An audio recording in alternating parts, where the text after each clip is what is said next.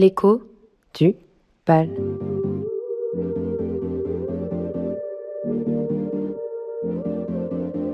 Why don't we sit down and talk? I don't want to sit down and talk. I want to do something. Why don't you read a book? Dans le cadre de l'exposition À partir d'elle, des artistes et leurs mères, l'écrivain Bertrand Schaeffer, en résidence au Bal, nous livre un texte inédit autour de la figure de la mère.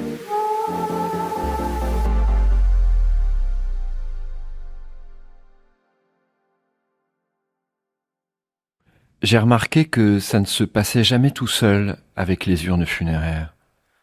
On repart rarement de la cérémonie avec sa petite boîte, l'esprit tranquille. Tout commence par un faux départ, puisqu'on nous demande d'abord d'attendre et, si possible, de revenir. La première fois, ça m'a surpris de m'entendre dire « Revenez demain, il faut que ça refroidisse ». C'est un détail auquel on n'avait pas pensé. On ne sort pas si facilement de la fournaise. Mais passé ce premier temps d'attente, le temps s'arrête pour de bon.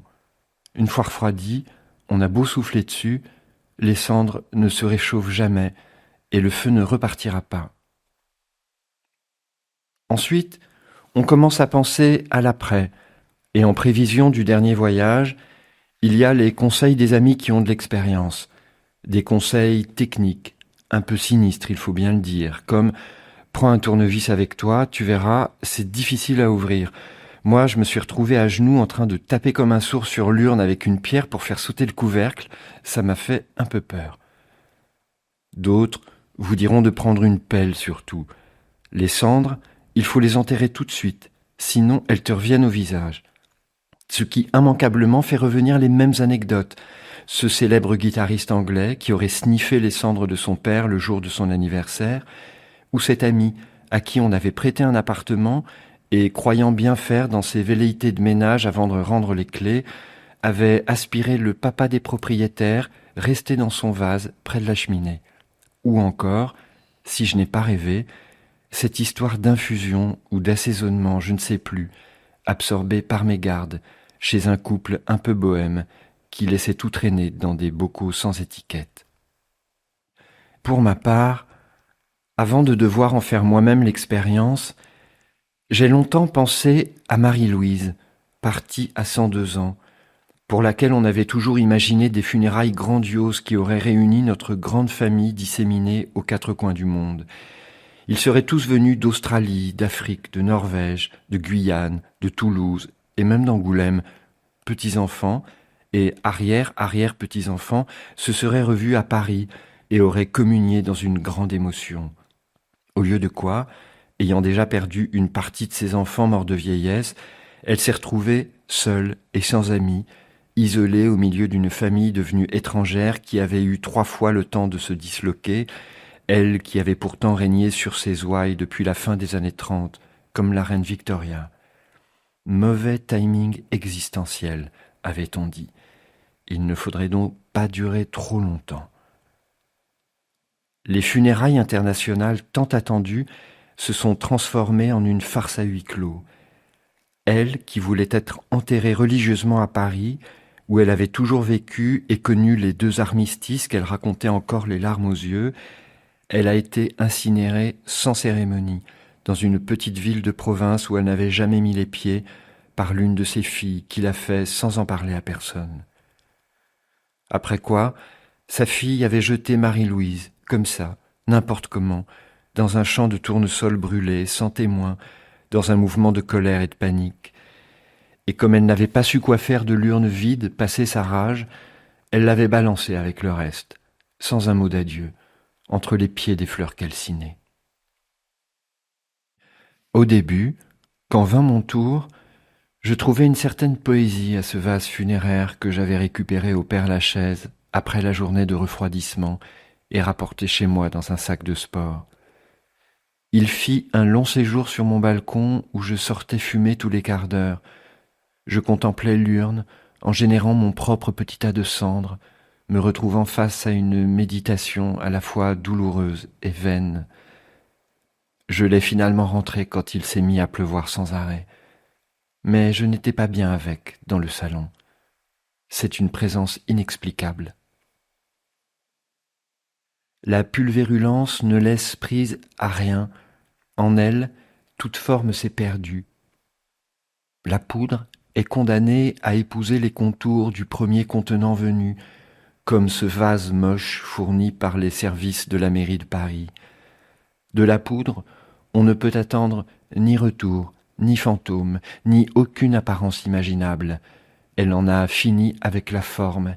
Elle a réglé une fois pour toutes la question des apparences. On n'attend rien d'autre qu'une dispersion toujours plus grande.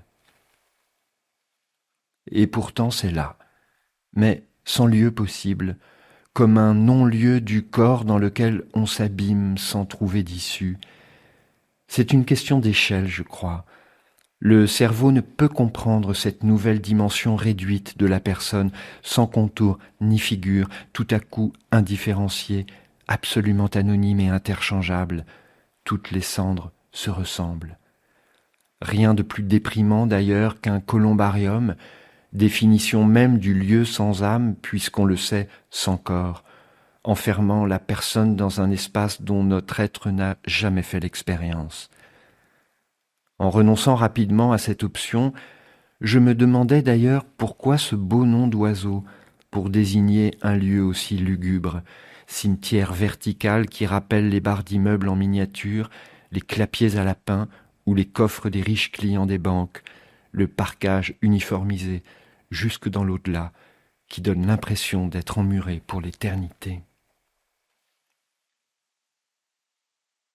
Au bout de 6 mois, je n'en pouvais plus de tourner autour du pot et j'ai descendu maman à la cave. Je ne pouvais plus la regarder sous cette forme. Elle n'avait pas laissé de consignes précises, mais elle avait souvent manifesté le désir d'être dispersée dans la mer. Oui, c'étaient ces mots, dispersée dans la mer, dans le grand bain du signifiant, depuis les falaises d'Étretat. C'est à ce moment que les amis expérimentés m'avaient averti des dangers du terrain. C'est une folie, tu ne te rends pas compte? La falaise, le vent, tu vas tout te prendre en plein visage. Alors, on imaginait le sketch, on riait jaune. Partir avec mon frère comme des scouts, l'urne, une pelle et un ouvre-boîte dans le sac à dos ne nous plaisait pas beaucoup. Le week-end à Étretat était sans cesse repoussé, le vase restait à la maison et, même invisible dans son sous-sol, de plus en plus pesant. Je n'osais plus descendre à la cave. De jour en jour, je me sentais dévoré par la mauvaise conscience de l'avoir remissé avec les vieux pots de peinture et les lampes cassées. Je me demandais ce qui se passait, là, en bas, la nuit, dans le silence sinistre des caves, et ce qu'elle en pensait de tout ça, et comment elle me regardait à présent avec ses yeux poudreux. J'ai été, pendant près de 2 ans, le gardien des cendres. À mon tour, je peux donner des conseils aujourd'hui. Il faut les disperser au plus vite, parce qu'à force de les conserver, il devient de plus en plus difficile de s'en défaire. Non pas qu'on s'y attache, c'est un objet sans aucune prise sentimentale, mais parce qu'on finit par les prendre au sérieux. Je sentais pendant toute cette période que quelque chose n'allait pas. J'étais tétanisé, je ne dormais plus. Tout ce que j'aurais pu entreprendre tournait à la profanation. Jeter les cendres dans la nature ou les garder sans sépulture, comme un objet déco parmi d'autres ou un rebut au sous-sol. C'est à ce moment que je me suis mis à repenser à un film que j'avais vu justement un soir chez ma mère des années plus tôt. Je revoyais parfaitement la scène. Moi, regardant le film au pied du lit où elle dormait, sur une petite télévision qu'il fallait brutaliser pour lui faire cracher une image à peu près nette, mais je ne saurais dire quand c'était, quel âge j'avais, peut-être 2 âges différents. Je pense l'avoir vu 2 fois en ce même endroit, une fois encore enfant et une autre fois beaucoup plus tard. Et en réalité, je me demande si ce n'était pas la toute dernière fois où j'ai dormi chez ma mère, un soir de désespoir, à l'approche de la trentaine, quand j'avais trouvé refuge dans ce petit appartement où j'ai grandi, alors que j'habitais depuis longtemps un studio à l'autre bout de Paris. J'avais donc ce film en tête, Le crime de l'Orient Express. Une adaptation des années 70 du roman d'Agatha Christie, avec des stars vieillissantes, ce qui rendait ce film quelconque bouleversant. Voir Lauren Bacall, Ingrid Bergman et Richard Widmark comme des copies dégradées d'eux-mêmes, des morts sortis du tombeau d'Hollywood, le temps de jouer des seconds rôles dans la première pièce policière venue. Une scène m'avait frappé. C'est juste après la découverte du meurtre. Le détective entre dans la cabine du mort, il cherche des indices sur la scène de crime et trouve un papier calciné dans un cendrier. Un mot compromettant qu'on avait voulu manifestement détruire. Il procède alors à une sorte de cérémonial étrange. Il pose délicatement le papier brûlé au sommet d'une forme à chapeau ajourée et approche la flamme de son briquet par en dessous. Il a des gestes de magicien. Il annonce qu'il va se passer quelque chose et qu'il faut être attentif. Ça ne durera qu'une fraction de seconde. Une réaction chimique se produit pendant la combustion du papier brûlé, l'encre tourne et brunit d'un coup. Le mot est révélé une dernière fois en transparence et fait apparaître fugitivement un nom, avant que le papier ne soit définitivement pulvérisé et parte en fumée. Ce nom est la solution de toute l'énigme. Durant cette opération, j'avais l'impression d'entendre le détective me dire qu'il fallait toujours laisser une dernière chance aux cendres, les consumer une toute dernière fois pour les faire parler. Il faut les rebrûler pour y lire un nom qui, comme dans la Kabbale, contient peut-être l'univers entier. J'ai mis du temps à comprendre que je tenais aux cendres pour cette raison. Je voulais y lire quelque chose. Elle contenait un texte. Et j'ai mis plus de temps encore à comprendre que le mystérieux rituel pyrographique du détective, qui ressemblait tant au développement d'une plaque photographique, me désignait l'écriture que je cherchais, sa matière et sa manière. Une écriture tirée des cendres, qui dirait dans le même geste, si c'est possible, mémoire et disparition, une écriture qui serait, en transparence, l'opération même de ce dernier feu, qui fixerait non pas une réalité embaumée, mais sa dissipation, puisque l'écriture n'a pas plus qu'autre chose le pouvoir de retenir ce qui passe. Elle signale les traces en se consumant elle-même, elle épouse la fuite du temps, plus qu'elle ne lui fait barrage. Je la revoyais tout à coup, assise à sa table. Je savais à peine marcher. Nous étions tous les deux enfermés dans sa chambre enfumée. Moi, par terre dans le parc, elle, devant sa machine à écrire. À l'époque, elle traduisait du matin au soir les articles d'un magazine animalier espagnol publié ici sous le titre « La Faune ». C'est ce qu'elle avait trouvé dans l'urgence pour gagner sa vie et nous élever, seuls et sans soutien, il faut bien le dire. J'entendais le bruit de la machine, la frappe des touches, l'incroyable fracas de l'écriture entrait dans ma tête. Elle devait rendre sa copie chaque semaine, tout en surveillant son enfant qui tournait en rond au centre de la pièce. Je la regardais pendant des heures. Dans cet espace saturé, petit et bas de plafond, mais lumineux dans son dernier étage, elle essayait sans succès de fumer moins. Comme un auteur de polar penché nuit et jour sur sa machine, une cigarette accrochée aux lèvres, elle ne s'interrompait que pour chasser les cendres qui tombaient sur le clavier.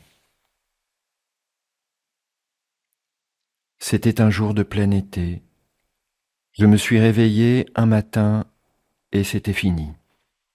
J'avais peut-être rêvé du détective et revécu cette scène de film devant l'écran dans la nuit. J'avais peut-être revu une dernière fois ma mère, fugitivement, dans le noir. Elle m'avait peut-être parlé et dit que je pouvais y aller maintenant. À peine levé, je suis descendu à la cave sans réfléchir et j'ai remonté le vase avec les cendres. Je les ai mises dans un sac et j'ai foncé à la gare. Mais je ne suis pas allé à Étretat. J'ai pris une autre direction. J'ai improvisé. Je me suis décidé au dernier moment pour une région où nous avions été autrefois, il y a très longtemps, où les souvenirs étaient effacés, près d'une rivière calme et sans vent, au milieu des frondaisons. Ça me paraissait moins brutal. Je n'ai pas tout à fait respecté ses volontés. J'ai préféré ne pas la jeter au milieu de la tempête et la voir partir dans ces eaux calmes, presque dormantes. À la dispersion qui déchire, j'ai préféré le sommeil et le mouvement du fleuve. J'ai préféré la savoir à nouveau prise dans l'écoulement du temps.